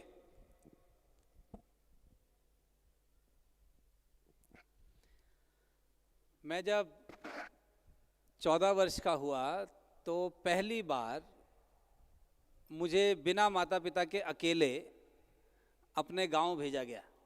मैं अपने किसी रिश्तेदार के साथ पहली बार माता पिता के बिना अकेले अपने गांव गया, टिहरी गढ़वाल। मेरा जो गांव है आज भी वहाँ अभी सड़क नहीं पहुँची, तो वहाँ लगभग 1.5-2 किलोमीटर का रास्ता ऐसा है जो पैदल जाना होता है। तो मेरा जन्म दिल्ली में हुआ है, पालन पोषण सब दिल्ली में हुआ है। तो जब मैं पहली बार 2 महीने के लिए घर भेजा गया 14 वर्ष की आयु में, तो मैं बड़ा खुश हुआ, क्योंकि हमने दिल्ली में बहुत कहानियाँ सुनी थी दादा दादी की, कि दादी ऐसी होती है, दादी कहानियाँ सुना के सुलाती है, ये और सो। तो मैं बड़ा खुश होके 14 वर्ष की आयु में, जब नया नया जवान भी हो रहा होता है बच्चा, तो मैं बड़ा खुश था कि अकेला अकेला जा रहा हूँ। तो जब तक तो सड़क तक बस गई वहाँ तक तो मैं बड़ा खुश रहा, लेकिन जब बस से उतरने के बाद जब अपने गांव गया, जो कि 1.5-2 किलोमीटर का रास्ता है, वो बड़ा पहाड़ी का चढ़ाई और उतारी वाला रास्ता है, मुझे लगा लगभग 1.5 घंटा, और 1.5 घंटे में जीभ लगभग बाहर आ गई थी, इतना बुरा हाल हुआ। तो मुझे लगा यार ये मेरे माता पिता ने मेरे से ना कोई मेरे को सजा के लिए भेजा है यहाँ पे। लेकिन फिर मैं कहा कोई नहीं, अब तो पहुँच गए हैं, तो अब दादी जो है हमारा लाड प्यार करेगी। पर फिर मुझे बाद में पता चला ये कहानियाँ जो किताबों में हैं ये पहाड़ी दादियों की नहीं है। 1-2 दिन तो मेरी दादी जी ने मेरा बड़ा सत्कार किया कि पोता आया है, शाबाश, बड़ा दुलार हुआ 2-3 दिन। चौथे दिन सुबह 5 बजे उठा दिया गया कि उठो। तो मैंने कहा दादी जी उठ के क्या करूं? कहती खेतों में चलो काम पे। तो मैंने कहा काम तो मुझे कोई आता नहीं। कहते उसकी तो चिंता ना कर, वो हम तुझे सिखाएंगे। और साहब बाल मजदूरी कराई गई 14 वर्ष की आयु में। शहर के बच्चे को 1.5 महीना, अच्छा, और वहाँ पर आप जानते ही हैं, आप में से जो कभी उत्तराखंड या पहाड़ी एरिया में कभी गए हैं, खेतों पे जाने के लिए फिर चढ़ाई उतराई, बहुत 1-1.5 महीना मेरा बड़ा बुरा हाल हुआ। मैं क्योंकि शहर का बच्चा था, मुझे आदत बिल्कुल नहीं थी गांव की, तो मुझे बहुत बुरा लगा। मुझे दादी पे बड़ा गुस्सा आया कि यार ये तो मेरे को लग रहा है सौतेली दादी है, मेरे माँ बाप ने सच नहीं बताया हुआ, क्योंकि ऐसा हो नहीं सकता कि कोई दादी अपने पोते के साथ ऐसा करे। बहुत गुस्सा आया मुझे। लेकिन फिर जब 1-1.5 महीने बाद मेरा पूरा परिवार गांव आया, तो मैं बड़ा खुश हुआ कि अब मुझे मुक्ति मिलेगी इस दादी से। तो मैं खुशी खुशी में अपने परिवार वालों को लेने फिर बस स्टैंड तक गया, जो कि वो 1.5 से 2 किलोमीटर का रास्ता है। तो 1.5 महीना पहले जो रास्ता मैंने 1.5 घंटे में पूरा किया था और जबान मेरी आधी बाहर थी, 1.5 महीने बाद जब मैं उनको लेने गया तो वो रास्ता मैंने पूरा किया 25 से 30 मिनट में। और जब मैं उनको लेने के बाद दोबारा गांव की तरफ आया, अब की बार मैं सामान कंधे पे उठा के ला रहा था और इस बार मुझे थकान बिल्कुल नहीं हुई। तो मुझे पता चला कि मेरी दादी जी ने मेरे साथ कितना अच्छा किया है। तो मुझे उस वक्त एक सबक मिला कि हर दर्द दर्दनाक नहीं होता और हर आराम आरामदायक नहीं होता।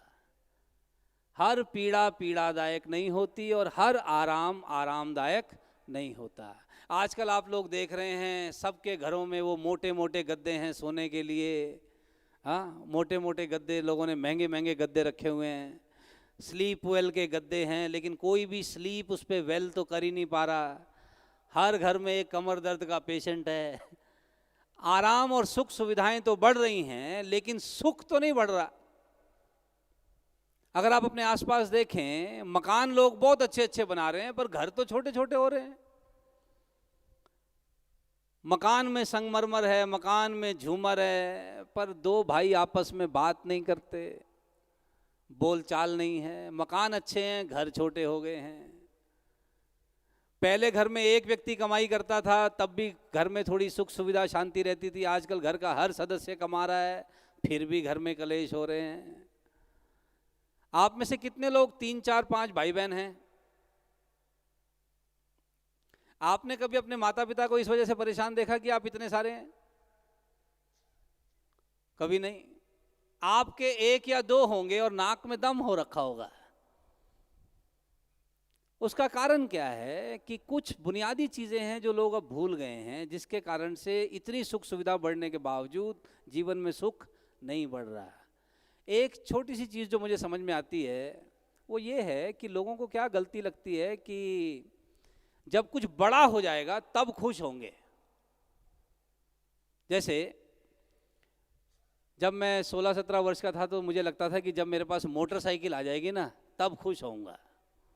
तो जब मैं 18 वर्ष का हुआ, मेरे पिताजी ने मुझे मोटरसाइकिल दिलाई तो मैं बड़ा खुश हुआ 1 महीना। और आप सब जानते हैं जिनके पास मोटरसाइकिल होगी, शुरू शुरू में आदमी पूरा मोटरसाइकिल धोता है रोज़ पूरा, फिर एक ऐसा टाइम आ जाता है कि बस उतनी सीट पे कपड़ा मारता है जितनी पे खुद बैठना है, हाँ, क्योंकि अब पिछली सीट शायद किसी और की लगती है। तो फिर हमें समझ में आया कि यार मोटरसाइकिल में तो खुशी मिली सिर्फ 1 महीना। तो फिर हमें किसी ने बताया कि खाली मोटरसाइकिल से खुशी नहीं आती, पढ़ाई लिखाई होनी चाहिए। तो फिर हमने पढ़ाई लिखाई की, ग्रेजुएट हो गए। तो ग्रेजुएट होते हुए बड़ी खुशी हो रही थी। फिर किसी ने समझाया कि आजकल खाली ग्रेजुएशन से कुछ नहीं होता, पोस्ट ग्रेजुएशन होनी चाहिए। तो फिर हमने खुशी की तलाश में पोस्ट ग्रेजुएशन की। तो अभी हम खुश हो ही रहे थे कि किसी ने कहा कि खाली पोस्ट ग्रेजुएशन से कुछ नहीं होता भैया, नौकरी होनी चाहिए। फिर हमने खुशी की तलाश में नौकरी की, और आप सब जानते हैं नौकरी जब शुरू शुरू में आदमी को मिलती है तो बड़ा खुश होता है। फिर 1-1.5 साल बाद आदमी कैलेंडर में छुट्टियां ही ढूंढ रहा होता है कि छुट्टी कितनी है, छुट्टी कितनी है। तो फिर किसी समझदार आदमी ने बताया कि भैया खाली नौकरी से खुशी नहीं होती, खुशी चाहिए तो शादी करो। फिर हमने खुशी की तलाश में शादी की, और शादी करते ही पता चल गया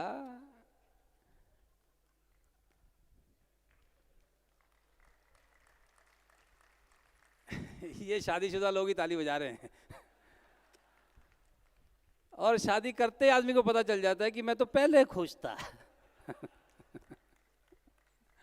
लेकिन फिर हमें समझाया गया कि खाली शादी से खुशी नहीं होती भैया, बच्चे होने चाहिए। फिर मेरा बेटा हुआ, थोड़ी खुशी हुई, पर फिर वो आपको जब पता ही है, वो बच्चे का समझ ही नहीं आता कि ये चुप कहाँ से होता है, खुश कहाँ से होता है। हाँ, फिर उसके नर्सरी के एडमिशन के धक्के खाओ तो फिर बड़ी दिक्कत होती है। तो फिर किसी ने समझाया कि देखो, एक बच्चे से खुशी नहीं मिलती, बच्चे 2 होने चाहिए।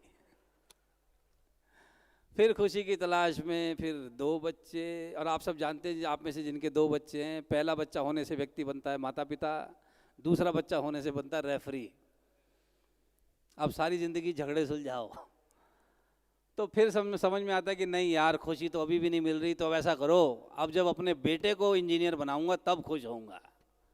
अब कई यहाँ पर ऐसे बैठे होंगे जिनके बच्चे इंजीनियर बन चुके हैं, खुशी तो समझ में अभी भी नहीं आती। फिर बंदा सोचता कोई नहीं, बहू ले आता हूँ फिर खुश होऊंगा। अपनी बहू लाके देखी थी तब तो खुशी आई नहीं, बेटे की बहू लाके सोच रहे हैं कि इनको खुशी मिलेगी, तो खुशी तब भी नहीं आती। तो फिर बंदा कहता कोई नहीं, एक बार पोते का मुंह देख लूं तब खुश होऊंगा। तब तक फोटो पे माला टंगने का समय आ चुका होगा, पालने से शमशान तक की यात्रा हो जाएगी खुशी की तलाश में। तो मुझे एक चीज़ समझ में आ रही है कि ये जो खुशी ढूंढने के लिए लोग टाल रहे हैं ना कि खुश होंगे एक दिन, गलती यही है।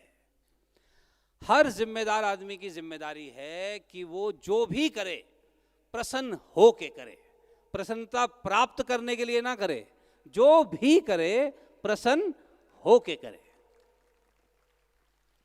आप योग करें, योग सिखाएं, प्रसन्न हो के सिखाएं। ये जो मतलब उदास चेहरे वाले व्यक्ति योग सिखाएं, ये ठीक नहीं है। आपके चेहरे पे प्रसन्नता रहना बहुत ज़रूरी है। मुझे आज से कुछ वर्ष पहले लोग पूछते थे, जब हम कॉर्पोरेट में ट्रेनिंग्स में जाते हैं ना, तो वहाँ ज़्यादातर अंग्रेज़ी बोलनी होती है। तो वो 2-4 लोगों ने कहा कि यार ये सुरेश सेमवाल, तू स्वामी रामदेव जी की बड़ी तारीफ़ करता है, ऐसा क्या खास देखा तूने स्वामी रामदेव जी में? मैं कहा देखो भाई, ज़्यादा ज्ञान तो मुझे है नहीं, लेकिन मैंने एक चीज़ देखी है साहब स्वामी रामदेव जी में, और मैंने देखी है उनकी हंसी। वो जिस कोमल भाव से, जिस प्रसन्नता के साथ वो प्रसन्न रहते हुए काम करते हैं, वो मैंने बाकियों में नहीं देखा साहब। राइट, इतनी ऊंचाई पर पहुंचने के बाद जो उनका सहज भाव है, जिस सहजता के साथ वो रहते हैं, जिस प्रसन्नता के साथ वो रहते हैं, सुबह 3 बजे से रात के 10 बजे तक वो व्यक्ति काम काम और काम, और मजाल है चेहरे पे थकान या मायूसी दिखाई देती हो। तो इसका मतलब साफ है कि ये व्यक्ति दिल से भी साफ हैं, मन से भी साफ हैं, इनकी नीयत अच्छी है, और ये देश के लिए कुछ ना कुछ अच्छा करके ही रहेंगे। और वो आज सबको दिख रहा है कि वो अच्छा काम करते हैं। तो ये आपकी और मेरी जिम्मेदारी है कि हमारे चेहरे पे क्या रहनी चाहिए साहब? मुस्कान होनी चाहिए। बस एक ही चीज़ का ध्यान रखना है, चेहरे पे मुस्कान होनी चाहिए, जीवन में प्रसन्नता होनी चाहिए, पर हमने दूसरों पे नहीं हंसना, दूसरों पर नहीं हंसना, लेकिन चेहरे पे प्रसन्नता रखनी है। हमारा चेहरा ऐसा होना चाहिए, हमारा व्यवहार ऐसा होना चाहिए कि लोग हमसे बात करना चाहें, हमसे जुड़ना चाहें, हमसे बात करने में उनको अच्छा लगे। लेकिन अगर चेहरे लटके लटके होंगे, चेहरों पे अहंकार होगा, चेहरों पे मायूसी होगी, दुख होगा, और हम कहें जी कि हम तुमको निरोग करेंगे, वो कहेगा देखो जी आपसे तो नहीं कराना, क्योंकि आपका अपना ही थोड़ा डाउट लग रहा है, राइट। तो अपने चेहरे पे प्रसन्नता रहनी बहुत ज़रूरी है। तो हम काम करेंगे लेकिन प्रसन्नता के लिए नहीं, हम प्रसन्न हो के करेंगे, सेवा के भाव से करेंगे, तो आप देखिएगा लोग हमसे ज़्यादा से ज़्यादा जुड़ेंगे।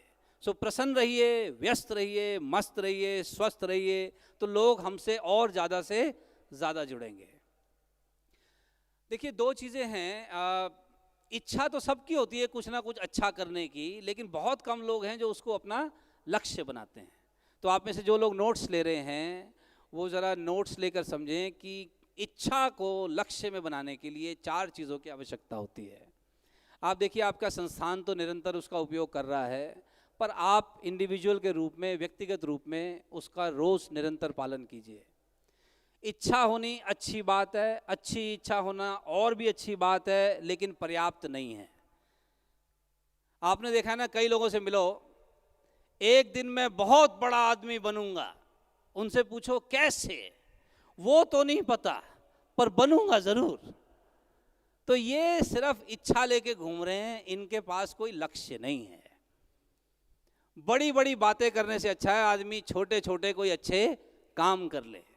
तो इच्छा को लक्ष्य में बदलने के लिए 4 चीज़ों का होना बहुत ज़रूरी है।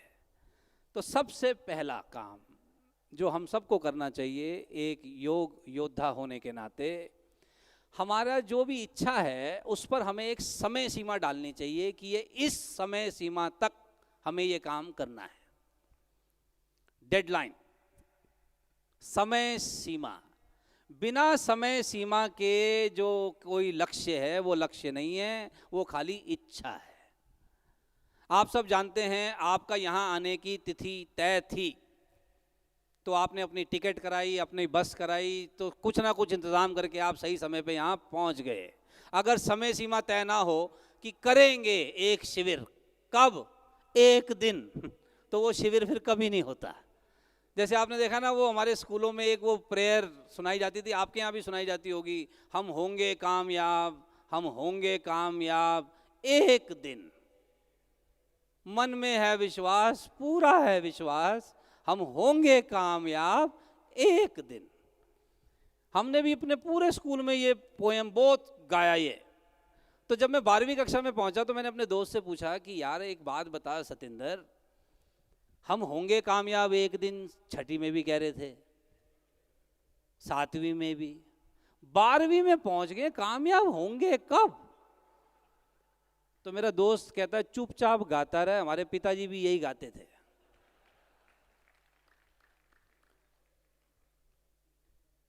अरे होंगे कामयाब एक दिन, कुछ तो तिथि बताओ कि कब करना है, क्या करना है।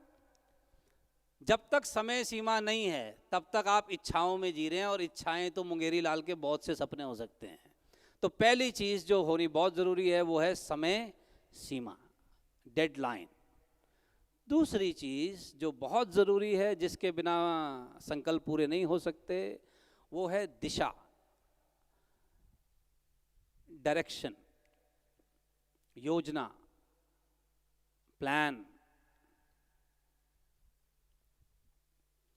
अगर आप रेलवे स्टेशन जाएं और रेलवे स्टेशन टिकट काउंटर पर जाकर कहें कि भाई एक टिकट दे दो, तो वो क्या पूछेगा? कहाँ की? आपको कहीं की भी, तो वो कहाँ की देगा? प्लेटफॉर्म की। कि भैया तू सोच ले तूने जाना कहाँ है। कुछ तो डायरेक्शन होनी चाहिए कि हमने कहाँ जाना है, कब तक जाना है, कैसे जाएंगे। और एक चीज़ का ध्यान रखें कि दिशा आपके पास बहुत अच्छी है, आप जिस संस्था के साथ आप लोग जुड़े हैं, काम कर रहे हैं, दिशा आपके पास है, प्लान आपके पास बहुत अच्छा है, वो बहुत ज़रूरी है। बिना दिशा के संकल्प लक्ष्य नहीं बनता। अब तीसरी चीज़ जो कि बहुत ज़रूरी चाहिए साहब, वो है डेडिकेशन, निष्ठा। निष्ठा, डेडिकेशन। देखिए, जब हमारा देश गुलाम था 1947 तक, हमारी 35 करोड़ की जनसंख्या थी बाय द वे, 90,000 अंग्रेज सैनिक थे। 90,000 अंग्रेज सैनिक करोड़ों लोगों पर राज कर रहे थे। पता क्यों? हर आदमी के अंदर इच्छा तो थी देश के आजाद होने की, लेकिन लक्ष्य उसको सिर्फ कुछ लोगों ने बनाया था। बाकी लोगों में निष्ठा नहीं थी। बाकी लोग अपने बच्चों को समझा लेते थे कि तू मत पढ़ इन चक्करों में, तू पढ़ाई पे ध्यान दे। भगत सिंह कर रहा है, सुभाष चंद्र बोस सेना बना रहे हैं, गांधी जी फिर उपवास रख रहे हैं, कुछ ना कुछ हो ही जाएगा, तू अपनी पढ़ाई पे ध्यान दे बेटा, इन चक्करों में मत पढ़। तो उनमें क्या नहीं थी? निष्ठा नहीं थी। इच्छा बहुत थी पर निष्ठा नहीं थी। आप में और मुझ में किसी काम के प्रति निष्ठा है कि नहीं है, कैसे पता चलता है? बड़ा सिंपल रूल है, त्याग से। जिस आदमी की डेडिकेशन हाई होती है उसका त्याग दूसरे से ज्यादा होता है। इसलिए भगत सिंह की आज इतनी इज्जत है, क्योंकि उसने सुप्रीम सेक्रीफाइस, जो सबसे बड़ा बलिदान है, वो भगत सिंह ने किया था। तो वो सिर्फ आज़ादी में इच्छुक नहीं था, आज़ादी पाना उसका लक्ष्य था। तो उसमें अंदर थी डेडिकेशन, निष्ठा, चाहिए ही चाहिए, और उसके लिए कोई भी त्याग और कीमत देने को तैयार थे। और जो चौथी चीज चाहिए लक्ष्य को प्राप्त करने के लिए, वो है अनुशासन, डिसिप्लिन। देखिए, अनुशासन का मतलब लोग ये समझते हैं कि समय पे आना, समय पे जाना। वो भी ज़रूरी है, वो भी अनुशासन का हिस्सा है, लेकिन इसके अलावा अनुशासन का मतलब ये है कि ज़रूरी कामों को ज़रूर करना और गैर ज़रूरी कामों को बिल्कुल नहीं करना, चाहे वो कितने ही सरल हों, कितने ही आकर्षक लगते हों।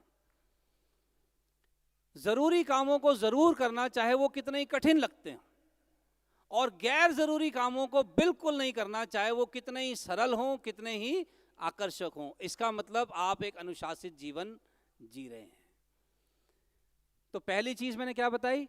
समय सीमा। दूसरा दिशा, तीसरी निष्ठा, चौथी अनुशासन। और इसके साथ वो संकल्प ध्यान रखें जो मैंने बताया था, दोष नहीं लगाना है, बहाना नहीं बनाना है, कुछ अच्छा करके दिखाना है। ये संकल्प अब की बारी खड़े होके लेंगे, तो जरा उठिए, आपको मौका मिलेगा टांगे सीधी करने का, और दोनों हाथ मुट्ठी बंद करके ऊपर की तरफ करके ये संकल्प लेंगे हम। 1, 2, 3, बहुत खूब, एक बार दोबारा, 1, 2, 3, बहुत खूब, एक बार और, 1, 1। अब आप देखो, जोश के साथ ना होश का भी ध्यान रखना है। जब मैंने 1 दोबारा बोलना है तो फिर दूसरी लाइन नहीं बोलनी थी, ठीक है? दोबारा से सतर्क भी तो रहना ना, आपने सजग भी रहना है जोश के साथ साथ। दोबारा से, 1, 2, 2, 3, 2, 1, 3, 3, 3। बहुत खूब, बैठ जाइए। जय भारत माता की, भारत माता की। बैठिए प्लीज।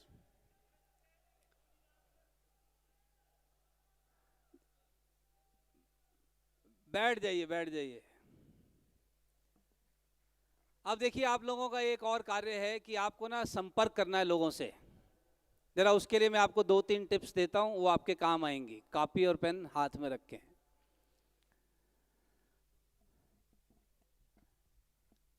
देखिए, अगर आप और मैं प्रसन्नचित रहेंगे, स्वस्थ रहेंगे, योग का पूरा ज्ञान लेंगे, तो लोग हमसे ज़रूर जुड़ेंगे। बस एक ही चीज़ का ध्यान रखें कि जब किसी से संबंध बनाने हो तो फिर उसका रूल ये है कि आपको और मुझे एक कला आनी चाहिए कि पहले कैसे किसी से कनेक्ट हुआ जाए। पहले क्या करना है? कनेक्ट। उसके बाद उसको करना है करेक्ट। समझ रहे? पहले क्या करना है? कनेक्ट। फिर क्या करना है? उसको करेक्ट। गलती कब होती है? जब आप किसी से बिना कनेक्ट हुए उसको करेक्ट करना चाहते हैं। जैसे फॉर एग्जाम्पल आप लोग एक चीज देखिए, जो ये छोटे छोटे बच्चे होते हैं इनको माता और पिता बराबर प्यार करते हैं, लेकिन बच्चा किससे ज्यादा, किसकी बात ज्यादा मानता है, किसकी ज्यादा सुनता है?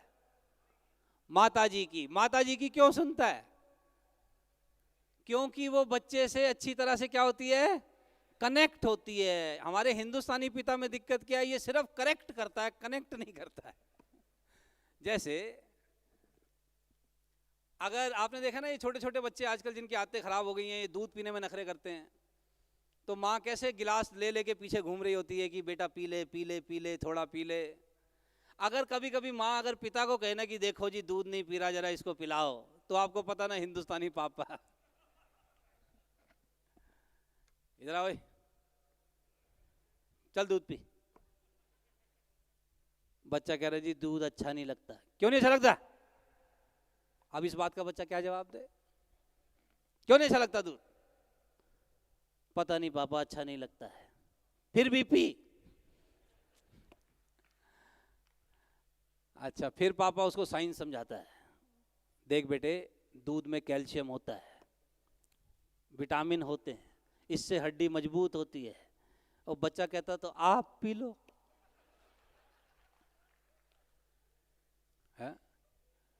अच्छा, फिर अगर साइंस नहीं समझता बच्चा तो फिर उसको कॉमर्स समझाते हैं। 60 रुपए लीटर आ रहा है दूध, लोगों को पीने को नहीं मिलता है, तुम्हारे नखरे होते हैं। तो बच्चा कहता मैं तो पहले ही कह रहा हूं बंद करवा दो दूध, बचाओ अपने 60 रुपए रोज। तो फिर पापा गुस्सा करता है, तेरे को इतनी भी तमीज नहीं है, चल पी, तेरा तो बाप भी पिएगा।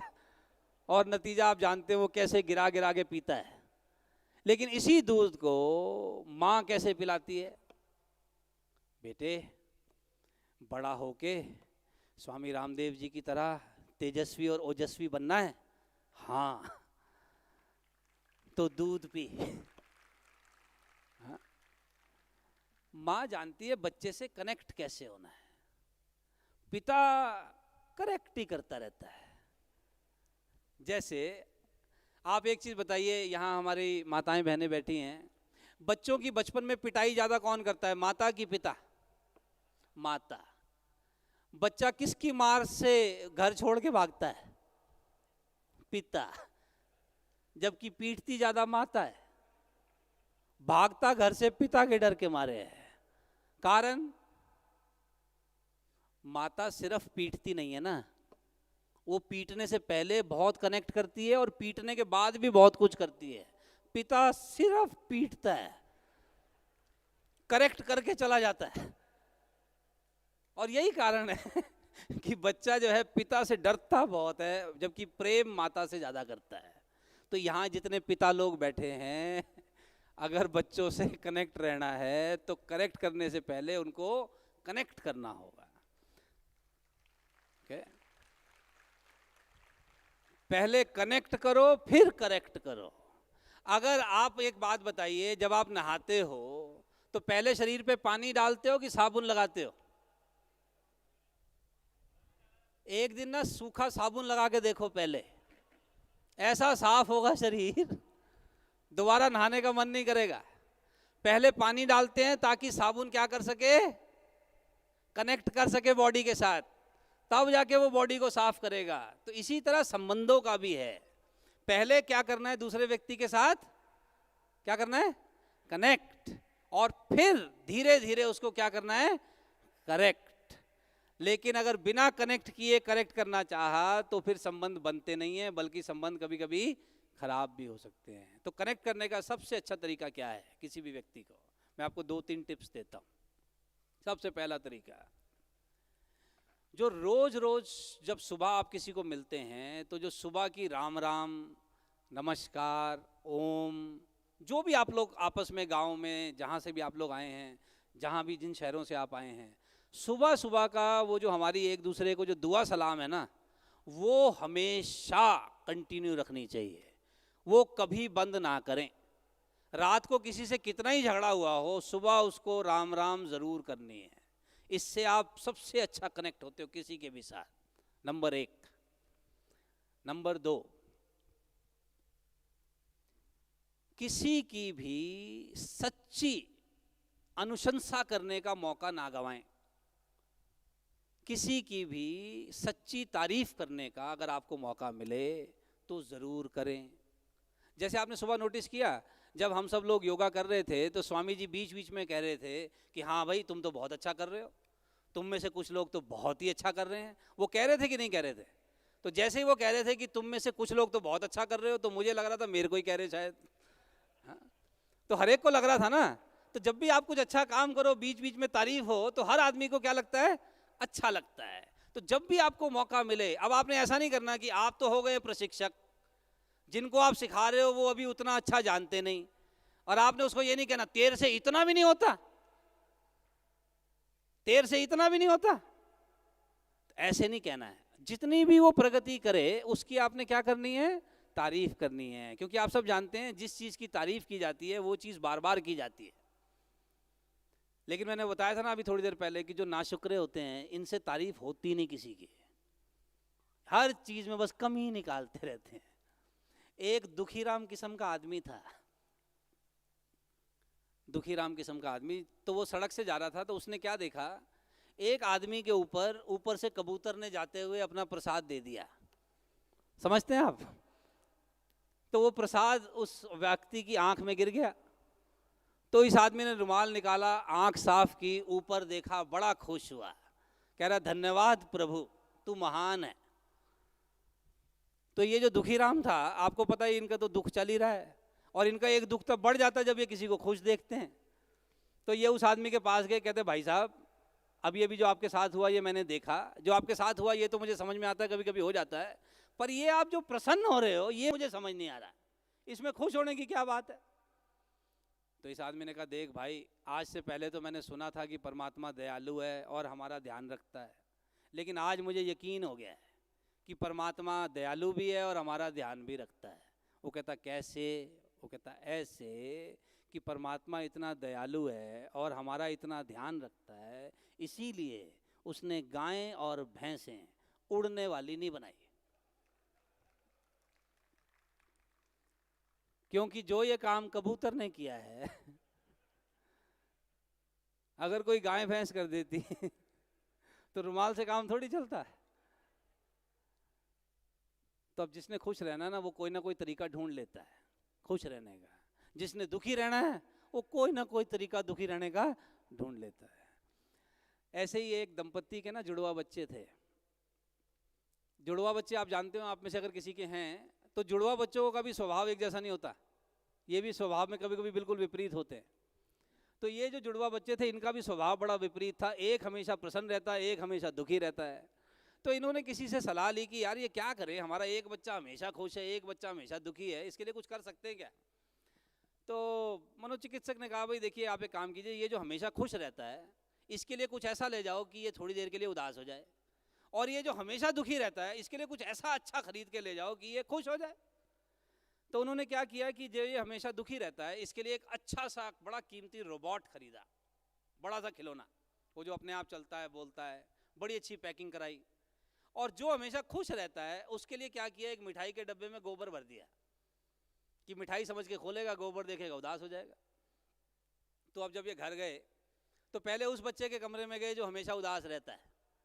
तो जैसे ही उसके कमरे के अंदर गए तो देखा वो अंदर पहले ही किसी बात पे रो रहा था।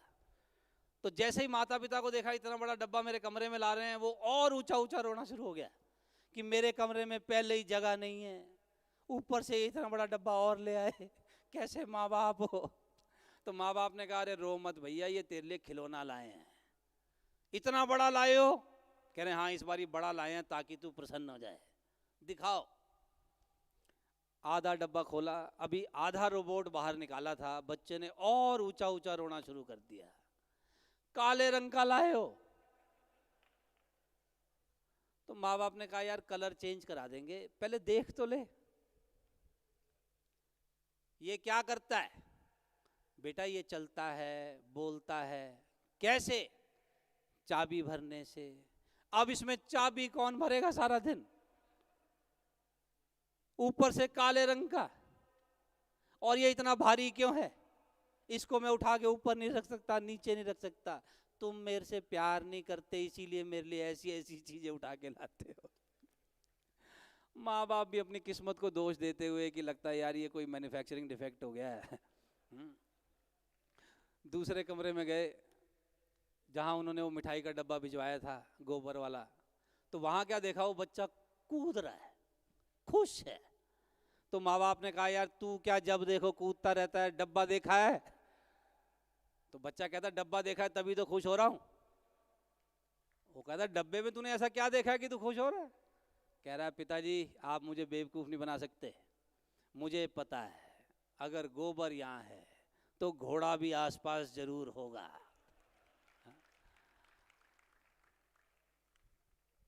देखिए प्रसन्न रहना भी एक आदत है, दुखी रहना भी एक आदत है, दोष लगाना भी एक आदत है, बहाने बनाना भी एक आदत है, और जिम्मेदारी लेना भी एक आदत है। और आदत के मामले में एक चीज तो आपको पता है ना जी, आदत अच्छी हो या बुरी परिणाम जरूर लाती है। आदत अच्छी हो या बुरी परिणाम जरूर लाती है। फर्क सिर्फ ये है एकदम नहीं लाती।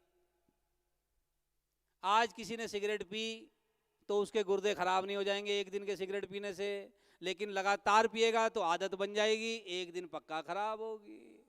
अच्छा एक दिन के प्राणायाम करने से सेहत भी नहीं सुधरेगी, लेकिन अगर ये आदत बनेगी तो सेहत भी सुधरेगी, क्योंकि आदत अच्छी हो या बुरी परिणाम जरूर लाती है।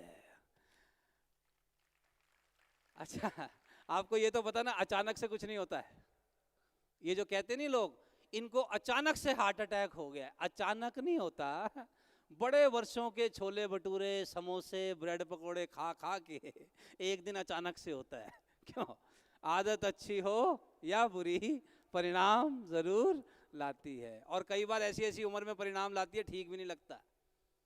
याद है आपको एनडी तिवारी साहब? हाँ? ऐसी ऐसी उम्र में परिणाम आते हैं फिर वो ठीक भी नहीं लगता। राइट? तो आदत का ध्यान रखना बड़ा जरूरी है, क्योंकि आदत अच्छी हो या बुरी परिणाम जरूर लाती है। तो आप और मैं अगर इस चीज का ध्यान रखें, अच्छी आदत रखें, तो लोग हमसे ज्यादा कनेक्ट होंगे।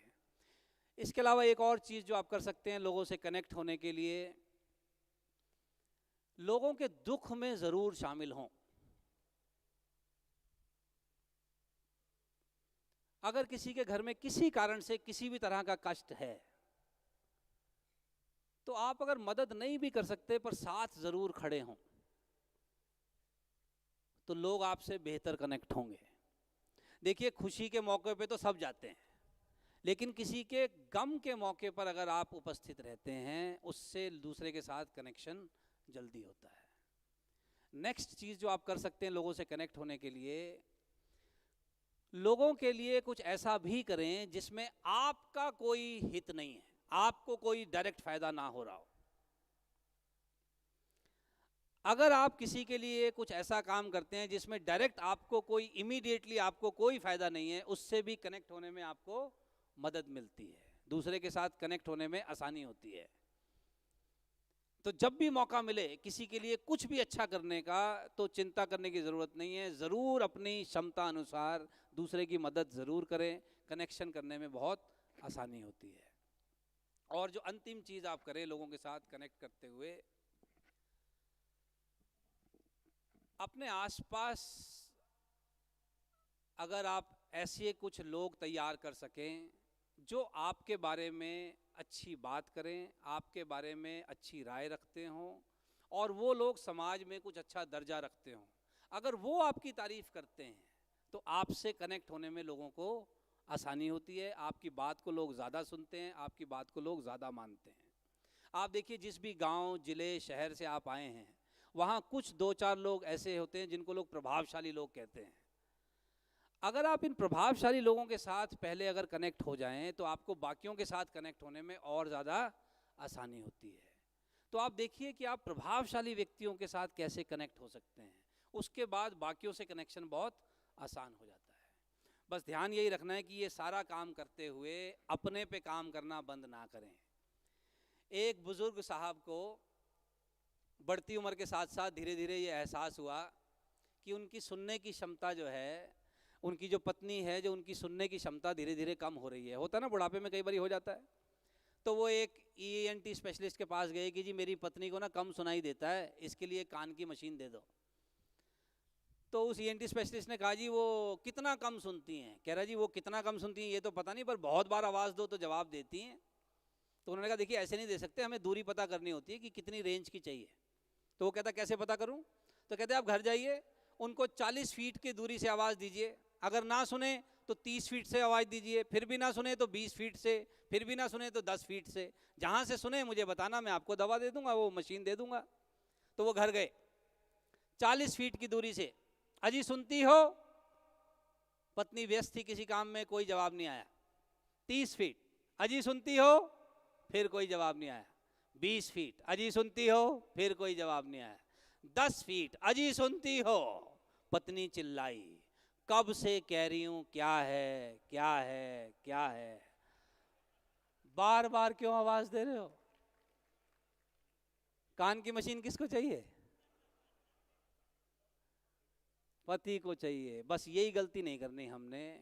एक खता, खता मतलब गलती, एक खता हम ताउम्र करते रहे, ताउम्र यानी सारी जिंदगी। एक खता हम ताउम्र करते रहे, धूल चेहरे पे थी हम आईना साफ करते रहे। तो आप और मैं समाज की सेवा में जो हम लोग लगे हुए हैं, बस हमें एक ही चीज़ का ध्यान ज़रूर रखना है कि स्वयं पर काम करना कभी बंद ना करें, स्वयं के आचरण का हमेशा ध्यान रखें, स्वयं के स्वास्थ्य का हमेशा ध्यान रखें। तभी हमें हक है कि हम किसी और को इन चीज़ों के बारे में प्रशिक्षण दे सकते हैं। तो अपने चेहरे पे प्रसन्नता बनाए रखें, अपने स्वास्थ्य का ध्यान रखें, व्यस्त रहें, मस्त रहें। बहुत बहुत धन्यवाद जी।